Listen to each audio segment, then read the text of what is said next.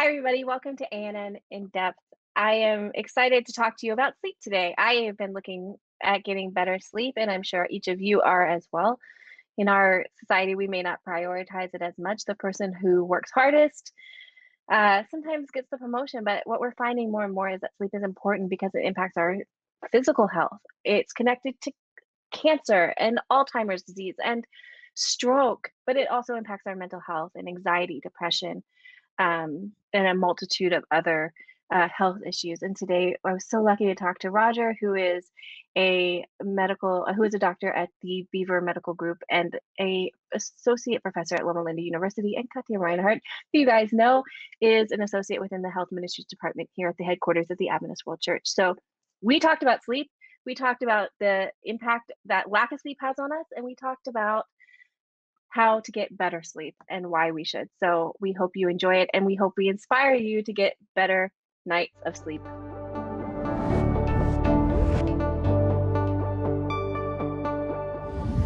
Hi, everybody. Welcome to ANN In Depth. I'm so grateful to be here. I'm here with Roger, who is a doctor at Beaver Medical Group and an associate professor at Loma University. Roger, thank you so much for being here. Thank you. And Katia. Katia is an associate here for the General Conference Health Ministries department, and you've seen her on our program before. Katia, welcome. Thank you. Today, we are going to talk about the benefits of sleep. And before, I was thinking if you could, I don't know if we could get like 45 minutes to an hour on this topic, but as I've been studying it, I think we could go much longer than that because there's so much to talk about when we talk about sleep. And before we get going, I'm going to tell you, as both of you know, because I've said it before to you, but a lot of my questions are going to come up from my reading of this book, Why We Sleep.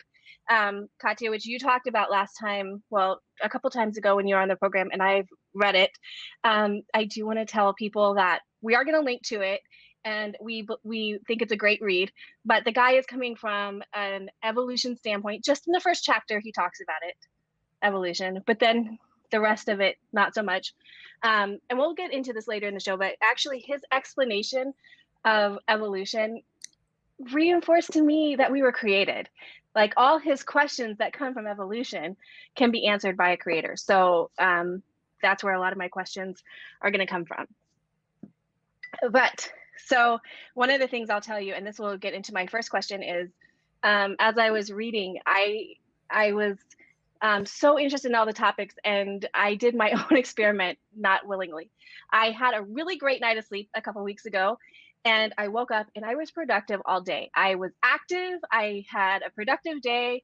I worked. I walked. Just all day. It was just like such a great day for work. And I was telling everyone, like, this is what sleep does. Look, when you get a good night's sleep, you're productive.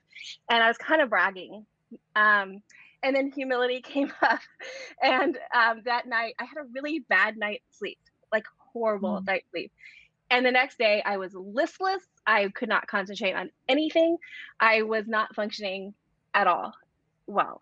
I was irritable. I wasn't patient. And I promise you, when I say this was not something I wanted to experiment, because I believe that sleep is important.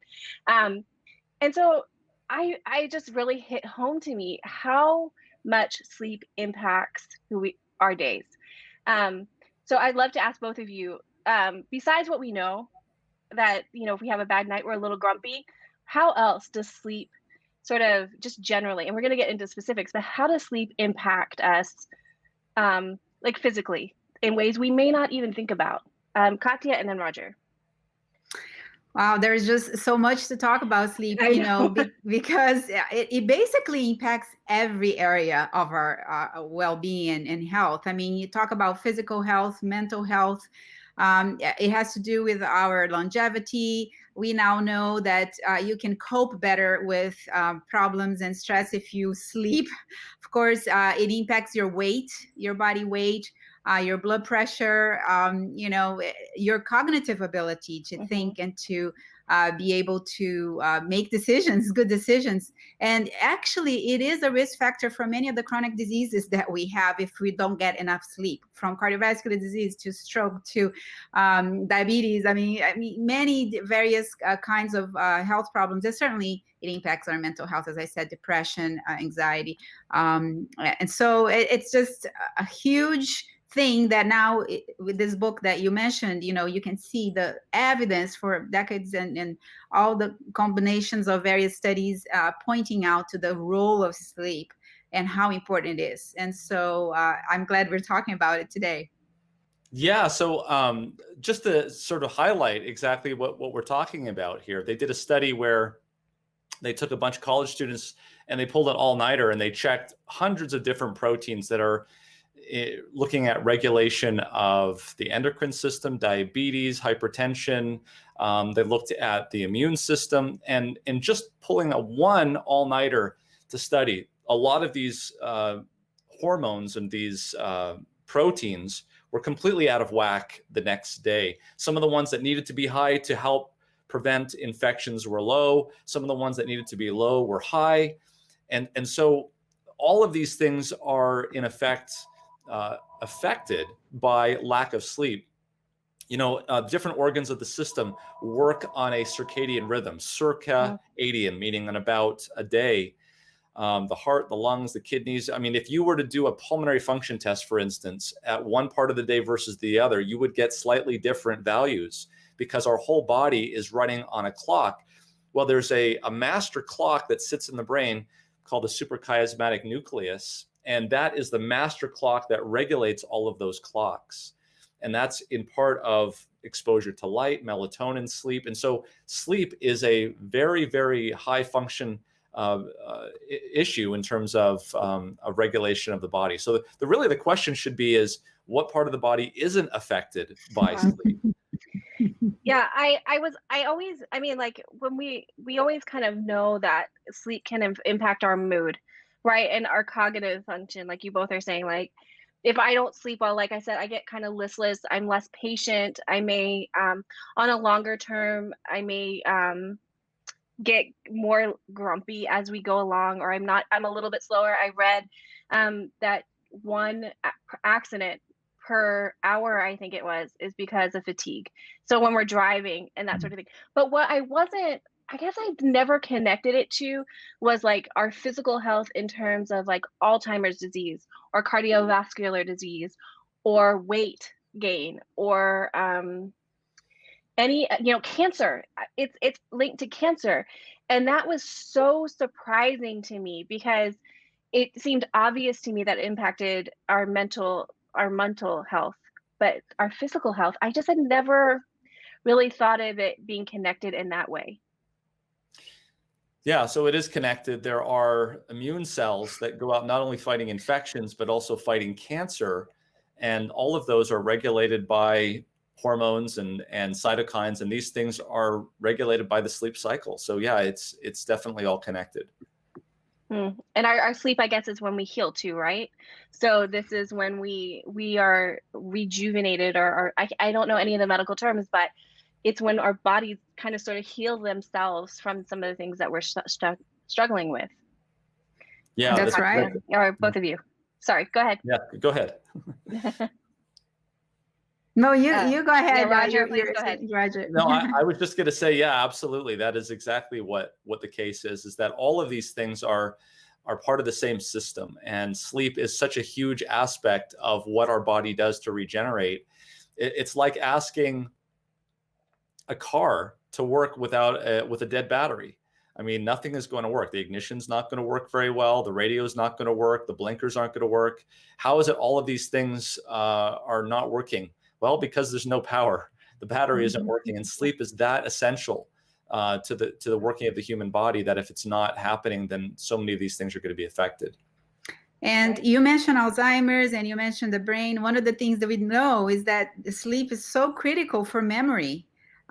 Because it is when you are sleeping that actually, depending on the cycle that you're there, that your short-term memory and your long-term memory really are consolidated, particularly the long-term memory, the consolidation that happens. And so in order for you to really have your memory at working at the most, be able to remember. Some students think, I'm going to go, as Roger was saying, take a whole night and study, and then they go very late and they wake up for their exam.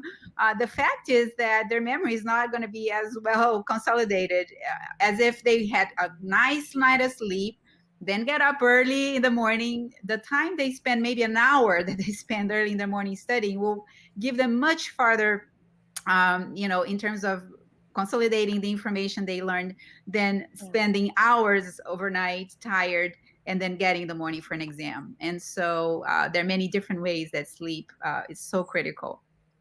We live in a society right now where I feel like we don't prioritize sleep. In fact, it's almost like, and I don't want to say this, I think the word I'm going to use is too strong of a word, but we've almost vilified sleep. Like the people who don't sleep a lot, who work more and more and more, are thought of as the people are go-getters.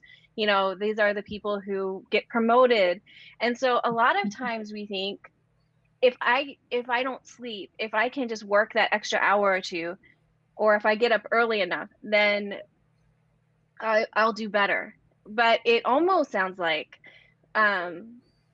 if we would sleep, then probably we would have a more efficient day. But what has happened to us that we almost have, it's like people who get a good, I guess, like 7 to 10 hours of sleep, they're considered a little bit selfish or lazy, those who sleep too much. Do you see that, like, as we go through our work days? I mean, do you guys see that in your patients and the people that you talk to as well? Yeah, so absolutely. I see that all the time, and you're right. The sleep is vilified.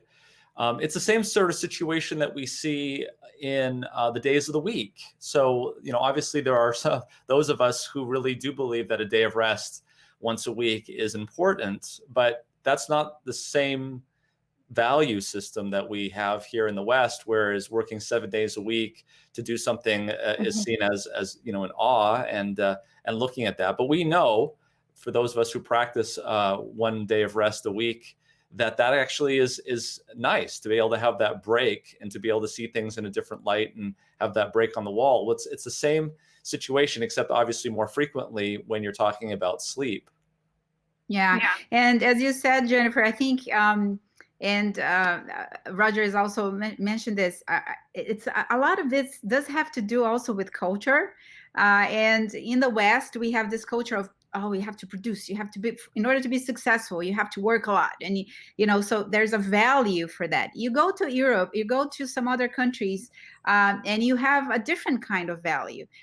In fact, if you even look at some of the studies been done looking at rest and how that impacts work and all that, you will see that there's a reason why in some European countries there's less hours of work that are required, where they have more rest. Vacation is longer, vacation time. And so, so in some countries, in some cultures, it is looked upon in a negative way, whereas in other countries, in other cultures, rest is actually valued, and less time at work, more time at home, more time, with other activities, and more time in vacation or in rest is valued. And so we have to oftentimes evaluate where am I drawing this concept from? And certainly those of us, as Roger mentioned, that have a faith and have a value in spirituality, in what we believe, biblical principles, and in the Sabbath, and rest in every way, not only daily rest, but also weekly rest and annual rest, vacation.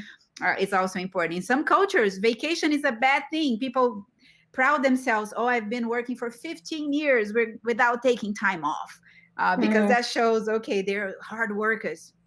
And but we have to reevaluate that and really think, is this really what is the value that I have being driven by society, by other kinds of messages, or am I really truly embracing something that is good for me, that God planned for me to experience?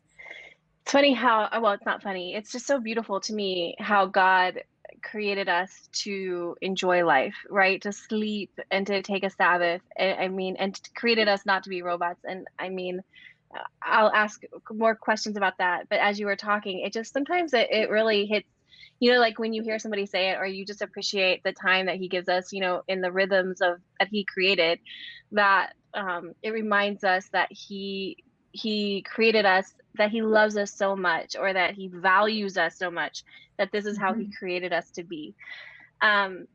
Anyway, so I just get struck by that sometimes. One of my friends, when I was talking to them about rest and how they see it, and they said to me, life to me is like a multiple choice, right? So you have work, you have family, you have church, time with God, you have church, you have fun, you have the chores you have to do at home, and you have sleep. Pick three, because I can only do like three, and I have to prioritize what, like, what are the three that I'm going to do? How do I have this much time. How do I do it? And a lot of times sleep is the one that gets pushed off to the side. What would you say to someone like that? Roger, you look like you're like, oh no, you look like you were going to say something. In Katia.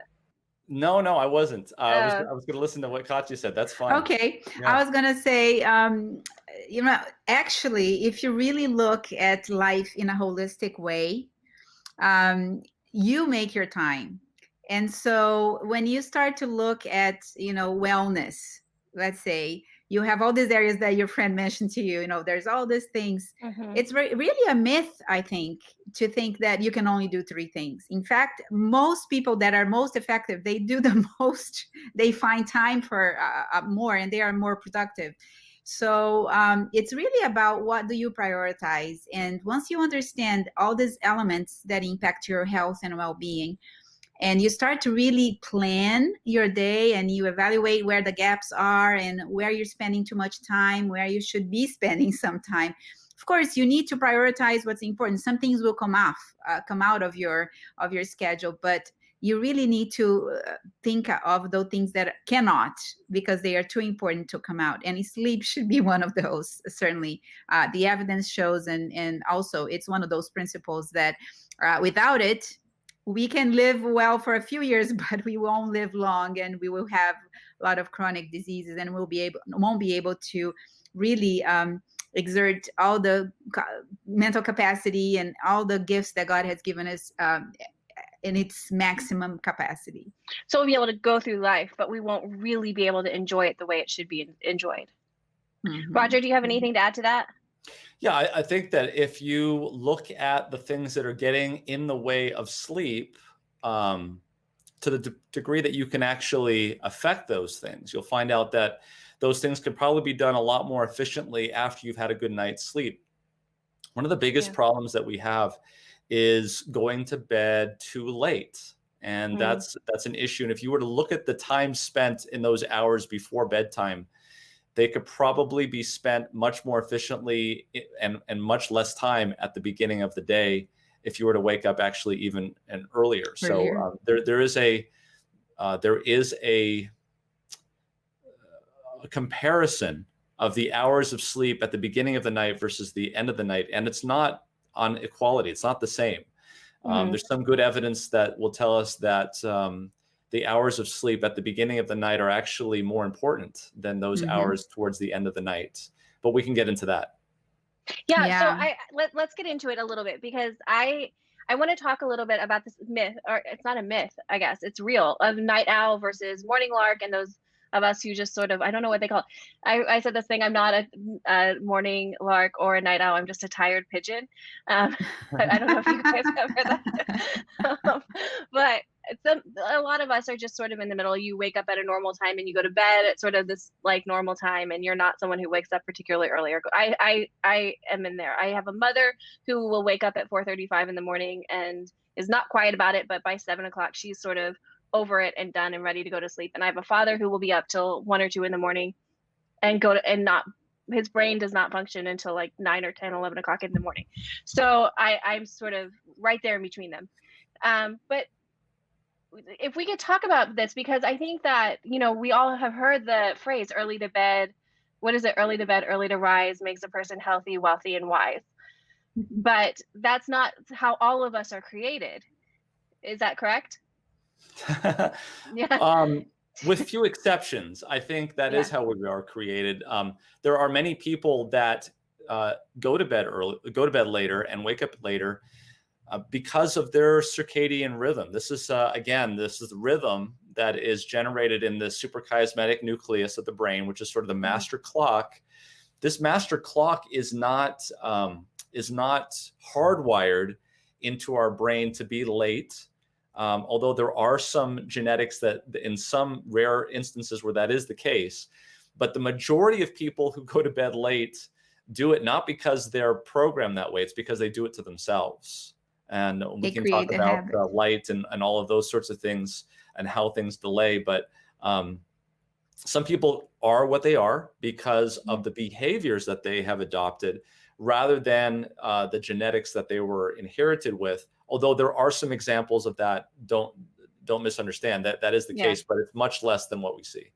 Yeah, I fully agree with Roger on that, because sometimes, it's not that everybody 100% this is what you need to do. There are very few exceptions that they can, for instance, survive for years and be well, sleeping less than the 7 hours that are recommended, for instance, or that they may actually produce more in a different time. But for most of us, the issue is regularity. What kind of habit have I developed of going? Because the body is very regular. You can impact this biological clock or this rhythm of sleep clock that we have, internal clock, by the habits. And so you can relearn or retrain your body to go to bed earlier. In fact, and if you do it, and there's a way that you can do it with the light, with exposing yourself, looking at the various things that can impact your sleep,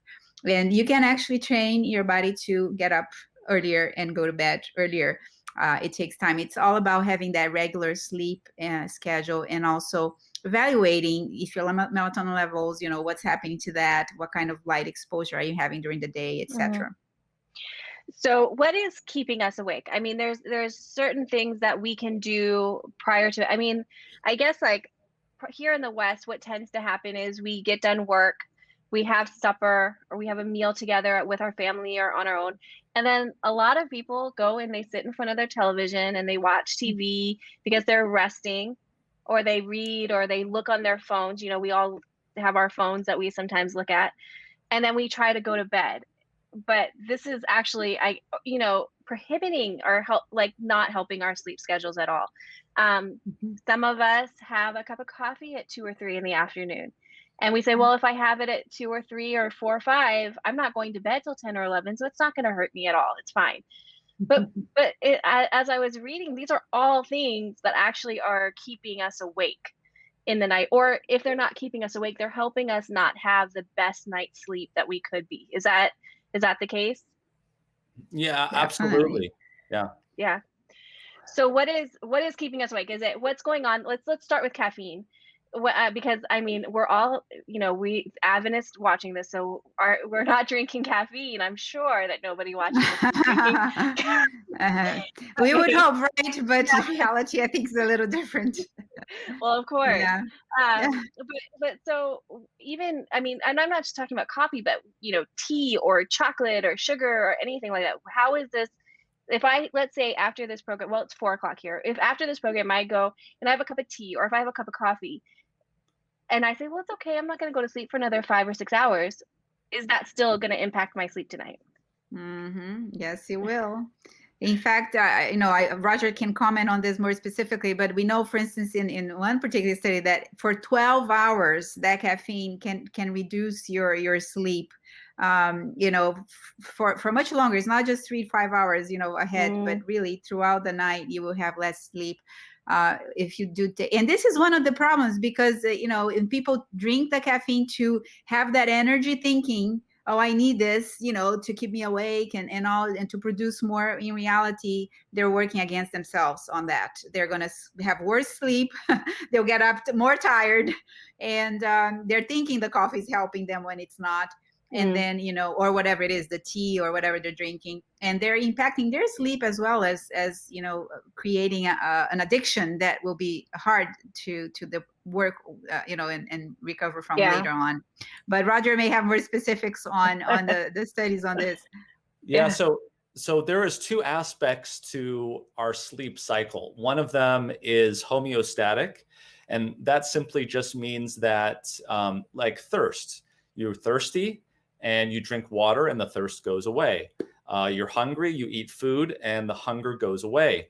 So there is one aspect to our sleep which is homeostatic, and scientists believe that the mechanism that works through is something called adenosine. So adenosine is a substance that, as it builds up in our system throughout the day, it is a drive for us to go to sleep. So adenosine is a molecule that helps us go to sleep.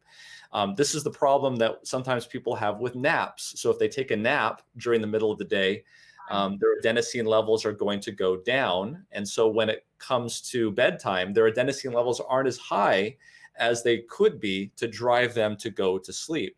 Well, as it turns out, these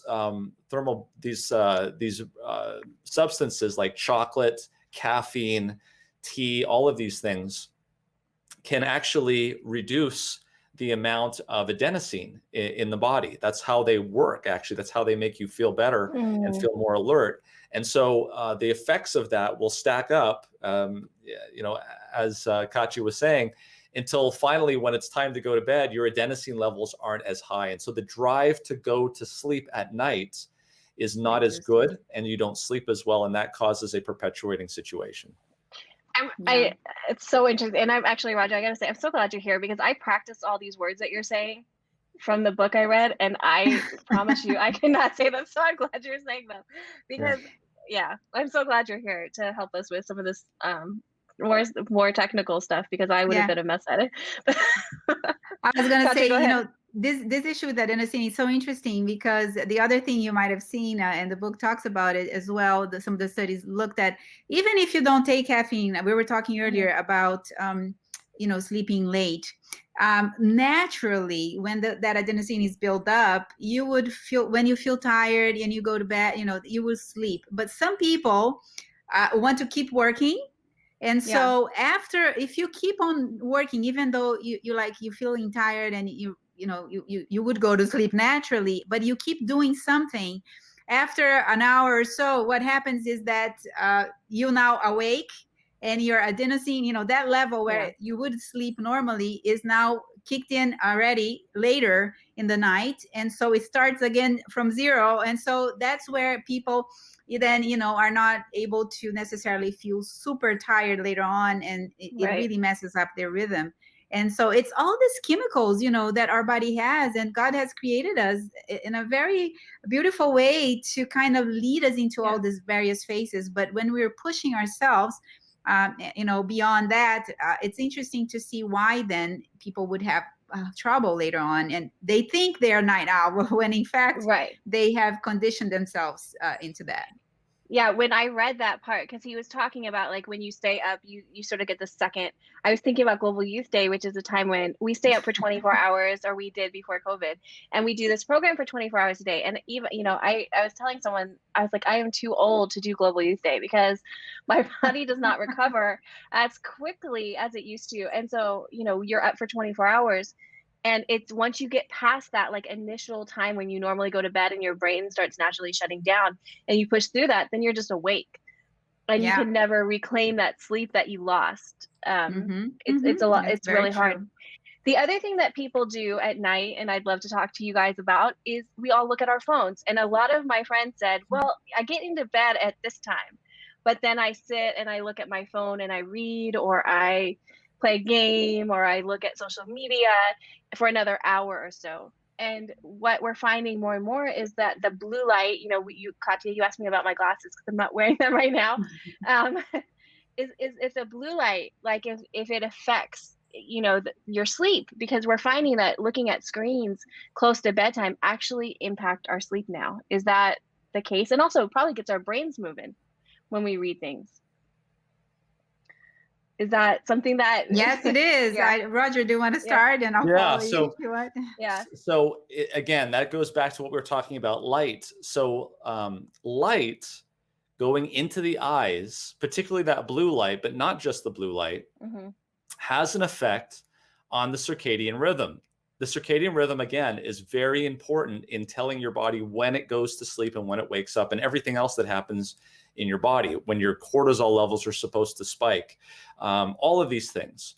And so when you expose your eyes to light in those evening hours, 1 to 2 hours before you're supposed to go to bed, then what happens is that the circadian rhythm gets delayed. And so instead of falling asleep at 10 or 11 o'clock at night, you start to fall asleep at 11 or 12. And you can even push this back even further. The more and more you expose your eyes to bright light, the further and further these things start to happen. And so sometimes you can have people that don't feel tired until 2 in the morning. And of course, it's like you're in California and they're in New York, but they're not really in New York. They're still in California. And so that's one of the things that can happen. Now, there's a whole other aspect to this as well, is that in the West, we typically have bedrooms. Those of us who are living in flats and have 1-bedroom apartments, this might not apply to them. But when you have a separate room, a separate bedroom in your house, and you go into that bedroom and you do things on your phone, you do things on television, you work, you read, you're diluting that subconscious drive to fall asleep. And you're losing that help that tells your body subconsciously, I'm going into the bedroom, now it's time to go to sleep. And so there's a double whammy when you pull out your phone and doing bright light in bed. That's a no-no. Yeah. Yeah, go ahead, Katia. Sorry. No, I was going to say definitely. And so all those things, sometimes unconsciously, we don't think that we're impacting our sleep, but that's some of those messages that our body is taking in when we are doing things like that. And the other thing is food, eating. When you eat late, sometimes, what happens then, people will also get hungry and they would eat food and all that. And so you won't, with that, also it's another thing that will delay your sleep, and you won't sleep as well, because, now you have digestion going on while you're sleeping. That's another element. I'm going to ask you next about how to create a better sleep environment. But first, I want to ask you, right now, the trend is for all of us to take melatonin. It's natural. You just take your gummies and you go to sleep. Now, I will say that when I've traveled, I struggle with sleep for my job. I travel. And so people say, well, you should take melatonin. And I haven't, because I'm so afraid of waking up groggy. I hate, I suffer from seasonal allergies, and sometimes I'll take Benadryl and I wake up and my brain is still asleep for the first 2 or 3 hours that I'm awake. And I hate that feeling. I'd rather have allergies than deal with grogginess. So I haven't, but it's a trend now. Oh, just take melatonin. You'll go to sleep. You'll stay asleep. Everything is fine. What do you think of these remedies sort of that people are telling us will help us get better sleep or to get to sleep? Yeah, so I guess I can tackle that. The problem, again, in the United States at least, is that melatonin is not considered a pharmaceutical medication. So therefore, it's not regulated. And you might be surprised to learn that a lot of the supplements that you buy over the counter or at your local pharmacy that are not regulated don't really actually have the compound in it that it says it does on the cover. So make sure that you're getting your supplements from a reputable source, because you may not be actually even taking melatonin. That's the first thing. The second thing is that melatonin does the opposite of what light does. So when you go to bed at night, and if you were to expose your eyes to bright light, that would delay your circadian rhythm. So you're going to bed later and later as the days go on. What melatonin does is the opposite of that, and actually pulls the circadian rhythm up. So it actually advances the circadian rhythm if you take melatonin at that desired time, which is just maybe an hour or so before you feel sleepy and want to go to bed. In really high doses, it can actually have the opposite effect. People who take 10 milligrams, more than 10 milligrams, certainly, of melatonin at night, will just probably feel irritated, and it will lose its effect. So the kind of dosing actually that you want to do with melatonin is the lower the better. So 3 up to 5 milligrams if you know that that's actually what you're getting. Yeah, I fully agree. And I would say that, Jennifer, I have used melatonin. It has been my friend for when I am traveling. But I usually use a very low dose, like a 3 milligram dose. For me, it's just perfect. I get to a place, late, for instance, in my time, I will just take one, and then an hour later start to feel like I want to go to sleep. I go to sleep, but then I get up early in the morning, like at 6 a.m. I go for a run. I try to expose myself to light early, even though, I'm in a different kind of zone, maybe. Yeah. And if I do that 2-3 days, that's enough. Then I am back to, it's the time that it takes for me to adjust to that time. And I think that is what's helpful, as Roger mentioned. If you take high doses, some people take 5, 10, that really, and then they say, oh, it doesn't work for me. And so it's because it's too high of a dose. I would say 3 milligram. You won't feel groggy in the morning. I don't feel groggy in the morning.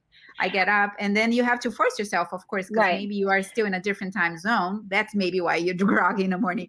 But once you get up and you expose yourself to sunlight, and then every day you do that for 2-3 days, your circadian rhythm can adapt. I know that when we travel, sunlight is our best friend. In the morning, I remember when I started travel, they said, make sure that you get sunlight, because you will regret it if you don't. And it actually has been one of the best tips that I have gotten, is to make sure that I get out into the sun a little bit instead of just staying in the conference rooms. A lot of times when we travel, you go from the airport to the hotel, to the conference room, to the hotel, to the airport. But to get out into the sun is such an important thing. So how do we create the best environment for sleep? Let's say I get done working tonight at about 6 or 7. And what should I do next? How do I go ahead and create, if I want to go to bed, I guess, at 10. I don't know what time is a good time to go to bed, but 10 or 10:30. How do I start setting the path forward for myself to go get a really good night's sleep? Yeah, so it's really a routine that you want to get. It's the routine of going to bed at the same time. You don't want to go to bed if you're not sleepy. So if you're one of these people that doesn't go to bed until 12 o'clock, don't try to go to bed until 12 o'clock. It's going to take time to work that back. So don't be the person that says, man, I need sleep. This is it. I can tell that I'm going to die if I don't get sleep. That's not the right conditions to go to bed either. Right. Right. So you don't want to stress. Find the time where you feel sleepy. And if you feel sleepy, that's the time that you should be going to bed. And then we can work down the road, trying to move that circadian rhythm back. But don't go to bed if you're not sleepy. That's the first rule. Second rule is have a routine. Make sure it's the same time every night. Make sure you have a winding down. Don't be watching the cable news networks right before you try to go to bed. Don't be working on stressful situations. Write down those things. Keep a track of that for the morning. Make sure that the room is dark, quiet. These are all the sort of things that you want to do. Slightly cool is sometimes helpful. Maybe taking a warm bath right before you go to bed. Exercise is good to do. Better to do it in the morning. But if you have to do it in the afternoon or even the evening, that's fine too. But I think exercise in the day is very helpful in promoting sleep at night. Yeah. And I would say, if you are going to exercise in the evening, try to do it with not right before you go to bed. Give your time a chance to wind down from that, like he said, take a bath, and then, slowly prepare yourself into that routine to take you so that you can relax and sleep. Because if you're finished running and you take a shower, you're still very awake on that. The other thing too is, again, if you have a TV in the room and you're going to watch TV, the best is for you, if you remove the TV from your room, I would suggest put your phone away. And then, if you need to read, some people like to read before they go to bed. If you're reading from a book, not from a screen, like an iPad, but really a book, whether it's your Bible or whatever thing you want to read before you go, that can calm you down. Nothing stressful, right? That will keep you awake. So those things help your body to know that it's time to rest and say your prayers. And, some people have difficulty and have insomnia for other reasons, of course, maybe we can talk about that later, but bringing that back. If you, as he said, if you go to bed and you don't want to sleep and you're there, you're going to toss back and forth, and that can be self-defeating. So it's best if you go later, but then try to get up earlier. Even if it's not enough, try to get up earlier so that, the next night, it's likely you will be a bit tired earlier. And so you can work on your system to kind of re-educate your circadian rhythm. So we're developing habits, because as you guys both have said, that our body, it reminds me when I was little, my sister was taking Suzuki violin, and at night, if you know anything about Suzuki, they have to listen to the music that they have to play because it's all by ear.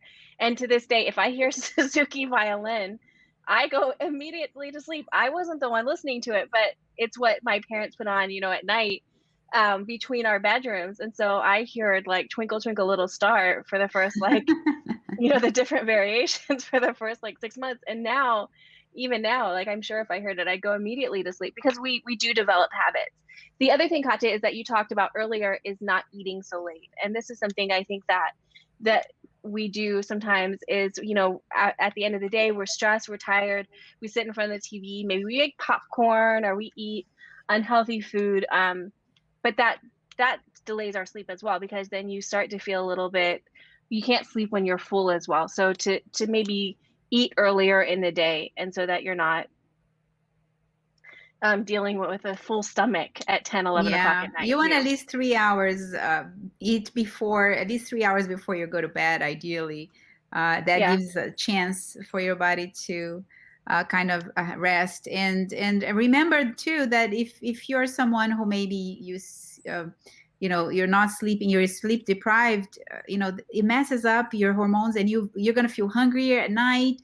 And that's the link we see. There's a couple of hormones, gremlin and others, that actually do make a harder for you to lose weight, and you can actually keep weight more and feel hungrier.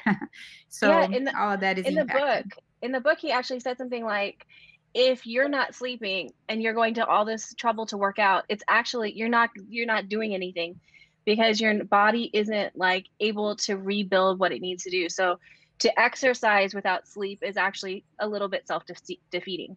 Mm-hmm. And I'm sure that people are watching this going, wait, what? Because so if you're waking up early to exercise, but you're not getting a good night's sleep, you're sort of defeating the point of waking up early to exercise. Yeah, you need those hours, at least 7.5 hours. It depends on the study that you look at. Some say 7.5, others say 7 to 8, but certainly minimum 7 hours is what you would want to. I don't know if Roger agrees with that, but maybe he can add to that. Yeah, the American Academy of Sleep Medicine recommends 7 for adults. Of course, the numbers go up dramatically from there once you start going into younger children. So school-age children, adolescents, they need, 10 or more. You can look it up on their website, the American Academy of Sleep Medicine. Wow. And you brought up a very important point that I think it would be worth, I don't know if you have time to talk about adolescents. Yeah, we do. Jennifer, because, sometimes people think, oh, why are they sleeping? Why are they sleeping late? Why are they sleeping too much in the morning? And we know that there is a developmental element there, that they need more hours of sleep, first of all, as Roger just mentioned. And then also, their rhythm is a bit different. So usually in the morning, those hours are important for them to sleep. And in many cultures, they have to get up at 7 and be in class. And that's not when they're mostly awake. I remember growing up, I'm from Brazil. I grew up in Brazil. And I remembered vividly when I had to go early to class and when I had class in the afternoon, because in some years it was in the afternoon that I was going to class. And, it was much easier to learn later. So we have to keep that in mind as well, parents and others, that your adolescent, the reason they're sleepy in the mornings because it's natural for them to be. They need that sleep. And certainly, of course, if they're wake up all night, it's another story. But chances are that they need at least 10 hours, 9 to 10 hours of sleep, certainly younger, even more.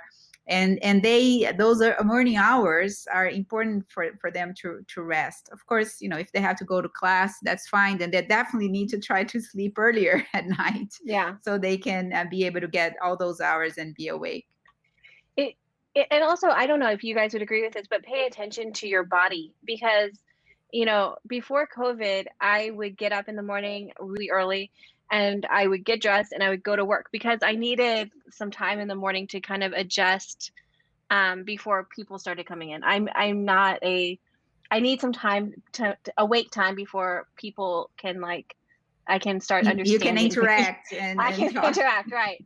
But through COVID, I was able to get a little bit of a slower start. So wake up, have breakfast, sort of ease into the morning. And I'm still working around 7, but the pace is a little bit slower. And I find that when I can slow down my pace a little bit in the morning, I'm much more productive throughout the day than when I wake up and just get right to the function of the day. I think there are people who are better at waking up and getting right to, they wake up and they are ready to greet the day. Hello, anything that comes their way. They're very happy to talk to you. Thank you very much. I happen not to be that person. But just paying attention to your body a little bit and who you are and how, and then sort of work on adjusting your sleep schedule, maybe to fit that. When do you feel the most active to exercise, but to do all the things you said and to make sure that you're scheduling that sleep. That's right. Yeah. Go ahead, Katia. I was good. On that, also what I was going to say, for some people, see, people are different, and you're talking about, knowing yourself. Some people need to take a short nap during the day. And that really helps to re-energize them. Now, we're not talking about an hour nap here, where, even half an hour is long. We're talking about a 15-minute, 20-minute nap. It's been shown to actually not impact your sleep so much at night if it's a short nap, and it can actually re-energize you, to be more awake and do things if it is short. So 10 to 20-minute nap, some people really find that helpful. And it might be something that, can help someone as well. There's, years ago, I was remembering how in New York, they had this, bunch of places where the professionals will come and for their power nap and then leave.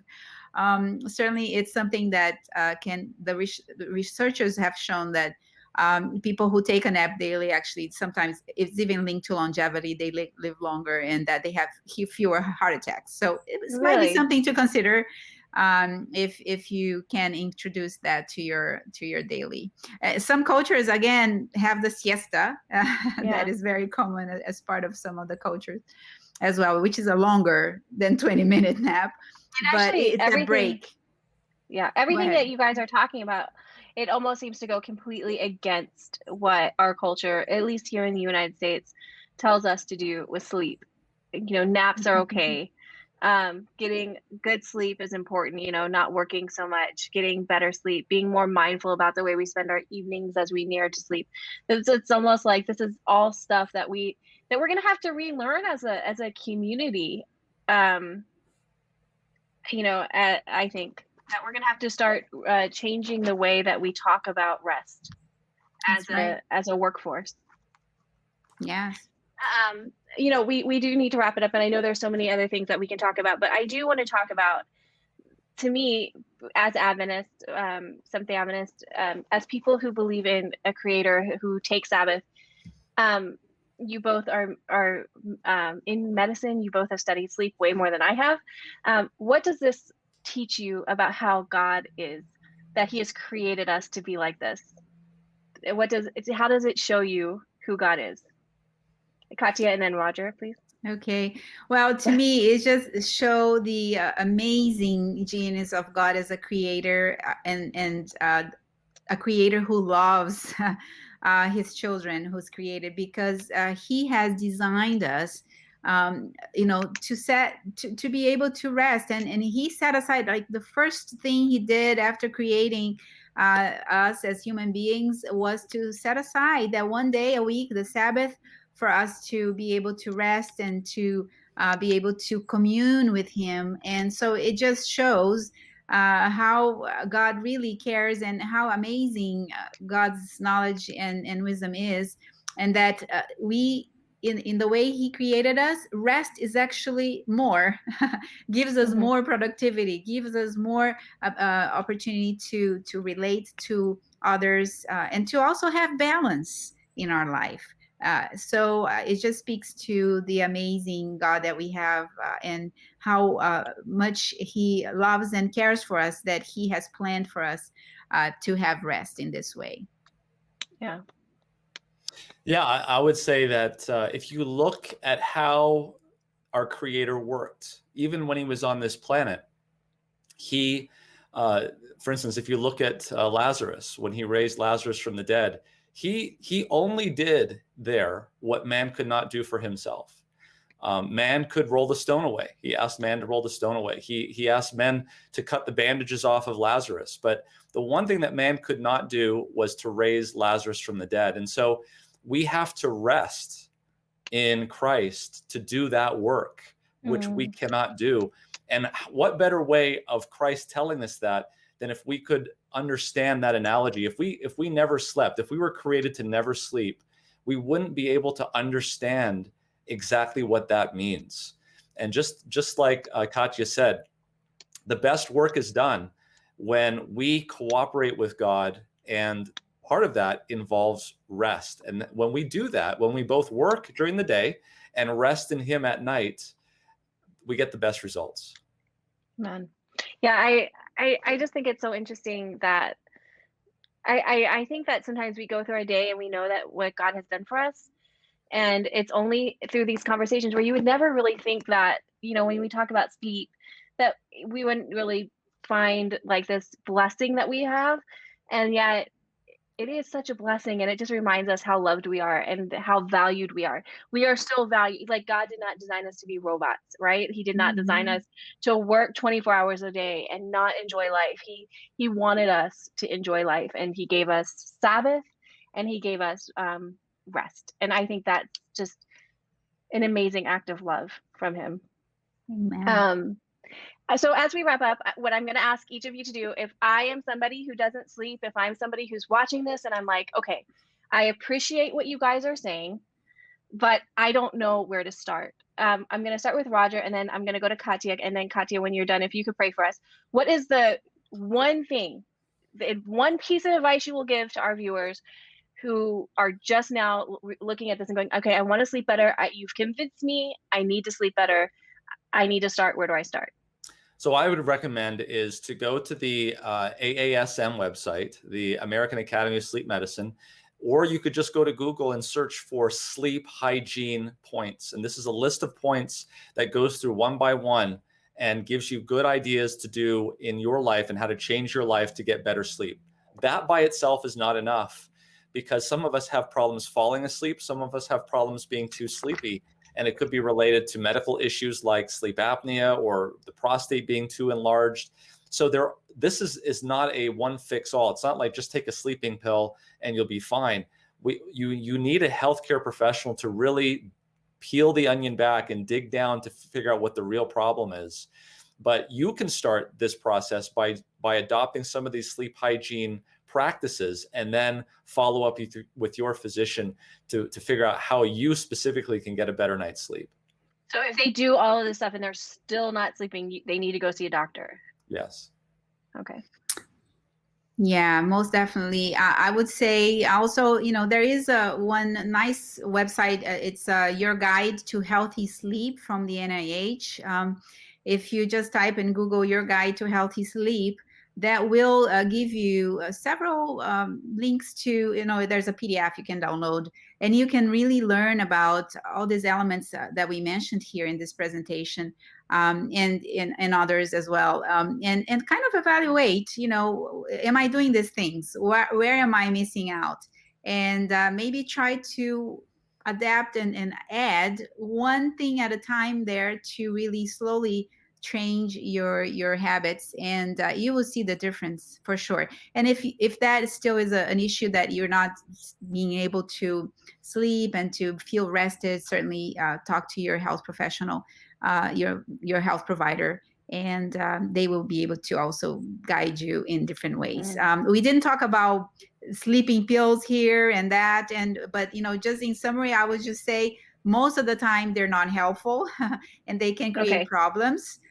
So don't just take, I need a sleeping pill to sleep better. No, that's not going to be the answer necessarily for you. And so avoid that if you can, and try to incorporate some of the habits that we mentioned. Yeah, there's a lot of stuff we didn't talk about. We didn't talk about the people like insomnia, or the people who had to work at night or travel, and how they can get better sleep. So that's going to have to be a whole new conversation later on. But there's just so much that you can talk about with this. But I'm so grateful for this conversation, and I hope that at least let's start the conversation, inspire people to get better sleep and just start prioritizing it in their life, because it's a more efficient way to live. I'll say that. That's for sure. Katia, could you pray for us, please? Sure. Let's bow our heads. Dear Heavenly Father, Lord, we are just so grateful and just amazed at your genius of creation, how you've created us, how you built together this system that includes rest, and that this is like a primary need that we have in order to live a more abundant life in every way. So I ask that you be with each viewer that is been with us or is watching this on YouTube or wherever they are. If they're struggling and they do want to have a better rest, better sleep, they want to be more energized, that you can guide them, that they can find help from you to start changing some of their habits, some of the things we talked about here, and that they can see the difference in their life, and that they can put that into practice and really experience this feeling of a rest of body, mind, and soul, Lord. And that we can take advantage of your Sabbaths and also be able to commune with you, so we can experience more health in every way, and also your presence in our lives. Bless each one, be with all the organizers of this program too, and each of us that are here participating, that we can continue to live this in our own lives as well, and be able to make a difference in other people's lives. In Jesus' name, we praise you and we thank you. Amen. Thank you, Katia. And thank you, Roger. And thank you, Katia, for being with us today. I am so I hope that I'm sure that people are going to start getting better sleep. They're going to watch this and be inspired. And thank you all for watching today's episode of Amen in Depth. As usual, if you have a prayer request, you can go and put it below. We have people waiting to pray with you for 24 hours a day, 7 days a week. And they're just waiting to hear what you want to pray for. So let us know. We'll see you next week. God bless.